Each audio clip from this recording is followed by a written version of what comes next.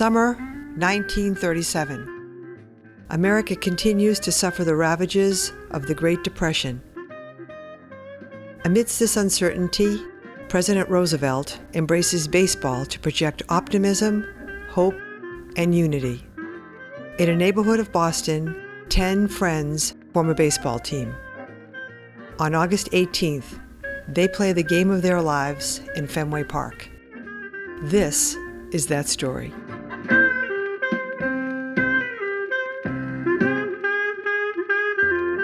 It's important to understand and appreciate that this event occurred in 1937, which was the height of the Depression. I say that because all of the players here, 12 and 13-year-old players, were sons or grandsons of Italian immigrants, many of whom were barbers, tailors, bricklayers, laborers. But in 1937, most of these talented people were out of work.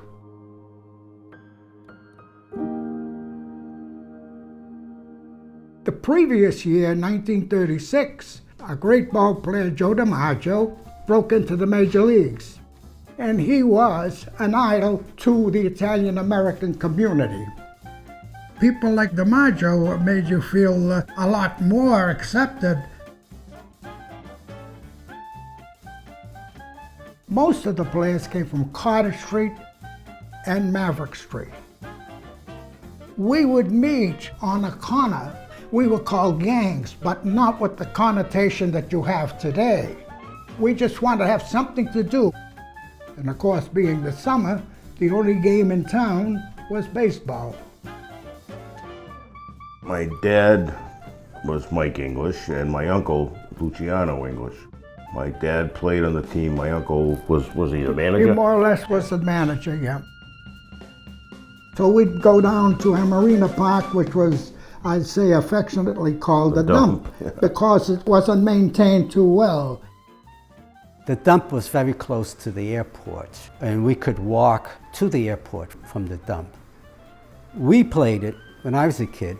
You know, we would get together, different street corners, would play against one another. It was pretty run down. Nobody was taking care of it at that time. For my father to be playing baseball, he realized very early on that he had two paths to choose.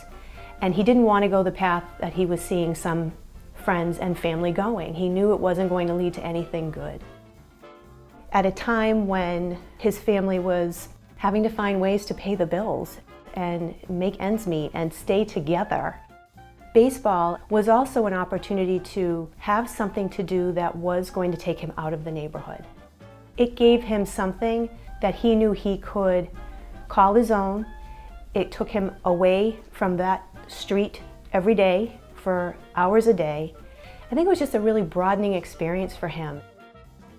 My father was Al Porzio, often called Funzi.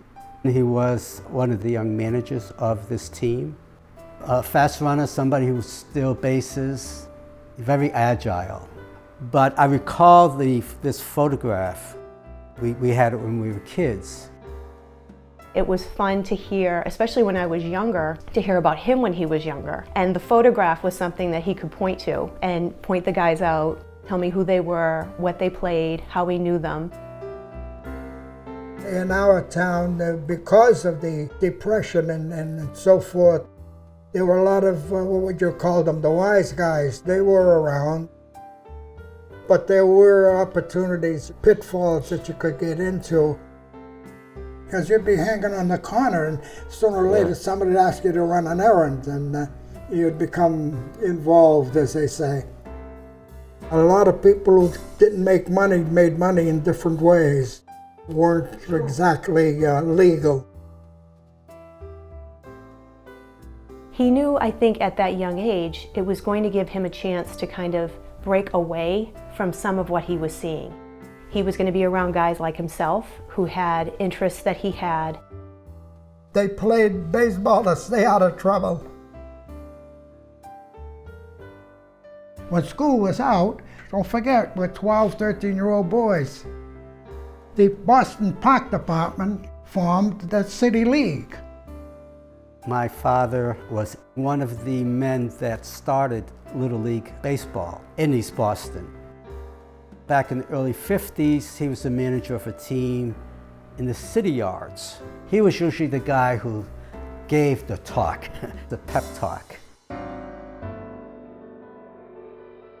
Each park had teams.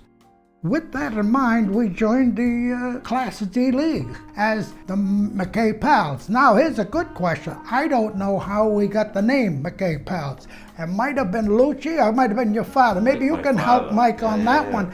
Your father ever tell you how we got the name? Yeah, he did. I remember him telling me, one of these guys, I forget who it was. So we're all pals. So they named it the we McKay Pals because they played in the McKay schoolyard. That's how the name evolved, but I don't know who breathed it up. I'm not gonna. Yeah, I don't know. Who we'll give the credit to Lucci. Maybe. Yeah, that sounds something like he would do. We didn't have much equipment. They had to get shoes. uniforms. You had to get uniforms. So they all went around and scrounged up uniforms. And I was fortunate. My father was a milkman because he slept during the day. In those days, the milkman worked from 2 in the morning to 6 in the morning delivering milk to the homes. So he wasn't ready to go and watch us play. But he always provided us with some balls or a bat or a glove. You had the glove, you had to sleep with it. You know, if you lose it, you were out of luck. When I know my grandfather, I think he used to use his brother's old cleats, and they were a little bit too big for him, so he used to stuff newspapers in there so that it wasn't awkward. They all would leave their gloves out there, and then the other team would use them. He would always talk about this team constantly. I mean, this game, it meant everything to him. It was probably his fondest memory outside of having kids and grandkids. We beat all the teams in East Boston. I don't know who we played, but I think we played at the Boston Common or the Public Gardens. There was a ball field there. And Mike hit a home run, I think, went to Charles Street. He was a power hitter. Yeah, your father, he was a great ball player, period. Great athlete, period. And in August, well, of course, we had to go to Fenway Park to play the last game, and we had to play the Mattapan Midgets. They were like overwhelmed, you know, and they were just running around the field and, oh yeah, DiMaggio played here. It was very nice to know that, you know, the same field that Joe DiMaggio would run on. You know, you were on a cloud nine, you were a young boy. I was about the same age as my dad when I also was on a state championship softball team. My father and I had a connection because of our little shared history that way. He would often talk to me about how it felt for him to be the pitcher on that team. Like my father, I am an avid Red Sox fan, and I always enjoyed talking to him about how he felt they would do because I knew the answer. He would always say, well, Kelly, it comes down to pitching. And if they don't have good pitching, they're not going to go anywhere. Being the pitcher really was such a critical role for him. He knew it came down to him and that he needed to make it happen. And I think he felt like he really had the weight of that team on his shoulders, that it was on him. Winning that game was going to mean so much, not just to himself and to his teammates, but to his community at large. They were all at this place and time where this was a very American thing for them to be a part of. And I don't think any of them, my dad especially, felt like this was something not Italian. You know, it had a little more difficult than somebody coming who spoke English, who came from the UK, let's say. You were Italian, that's for sure. You were a Guinea from East Boston, yeah. Besides being an American, because you found that out in 1943, I found that they drafted me. Yeah.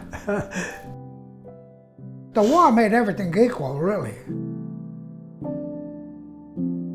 That little team was really an inspiration to a greater group of people who at the time didn't have a lot to sort of hope for or aspire to.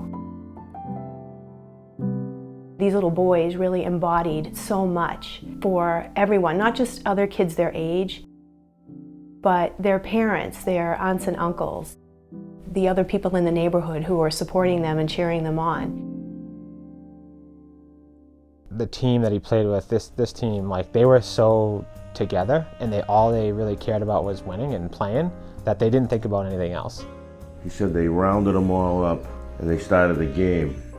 Penn team scored 5 runs in the first inning. Babe got a little wild, who made an error. They got to hit 4 runs in the first inning. Okay, we got 4. the 5 runs. Okay. There you are, see the memory? Oh, yeah, That's the okay. lineup. And we chipped away at the lead, and it was a tie game. My dad, one thing he told me was he hit a ball off the left field wall. He said, he used to tell me there's a dent in there from when I hit it, because I remember when it hit. So his hit might have, I wouldn't be surprised that it drove in a run, but we were more in awe that he hit it that far. Mike did it again, you know? And then my uncle, my dad's brother, Luciano, Uncle Lou we called him, got them all together, and he says, you guys want to win this thing? You gotta stop playing baseball. And then in the 4th inning, you guys got 5 runs, and then 2 in the 5th, 1 in the 6th. The last of the 7th, we scored, Rico Nazaro drove in the winning run. My grandfather had always told me that he hit the home run to win the game, but I'd never seen it in writing. There was 2 outs in the 7th inning, and it was a tie game, and then he hit it inside the park home run. That's pretty awesome. To hit the one hopper to the fence was, I think, just icing on the cake. You know, and he's a little guy. I mean, I always questioned that. Not that I didn't believe him, but now that I'm hearing it that everybody did it, I'm like, it's pretty cool. I'm really proud of him for that. So it was 8-7 was the final score, 8-7. It's been a heck of a game. Matter of fact, they said we played the best, we were the most exciting game, I think.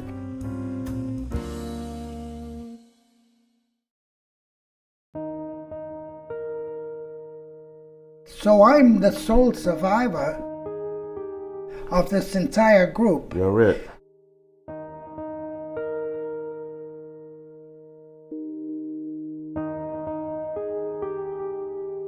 My dad was always in good shape. He used to run, he used to walk all the time until he was in his 80s. A couple of weeks before he died, we were sitting down talking.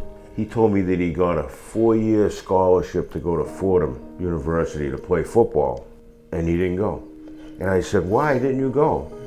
He said, I was the only one in the family that was working, so I couldn't go. And he stayed and worked, and he was supporting the family. And then shortly thereafter, maybe say like a year or 2 after, he got drafted. He went to war. Like I say, he gave up his promising more or less football career to just stay home and take care of the family.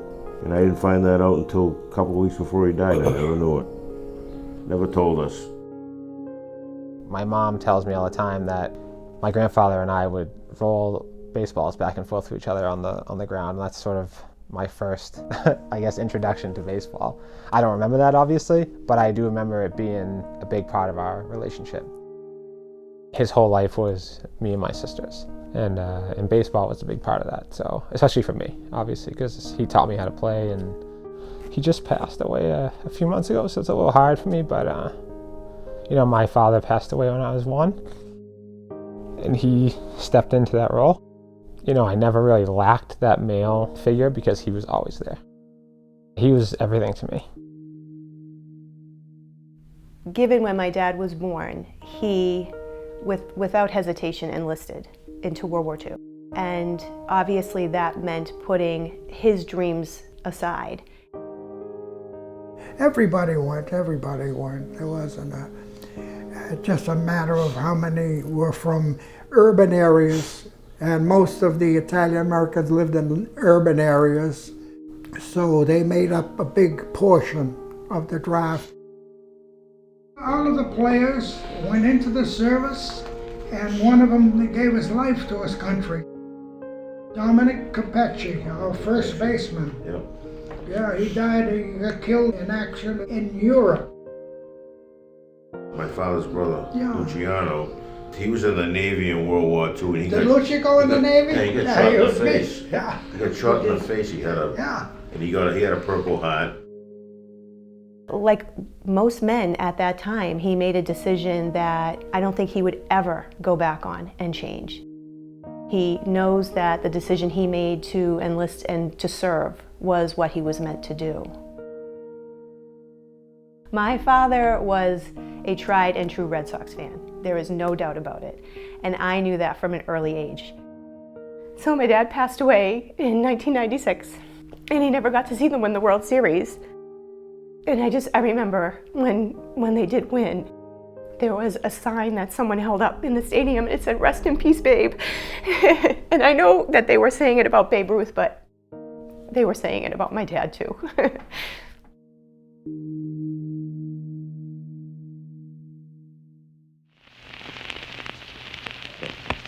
I have no expectation of making a hit every time I come to bat.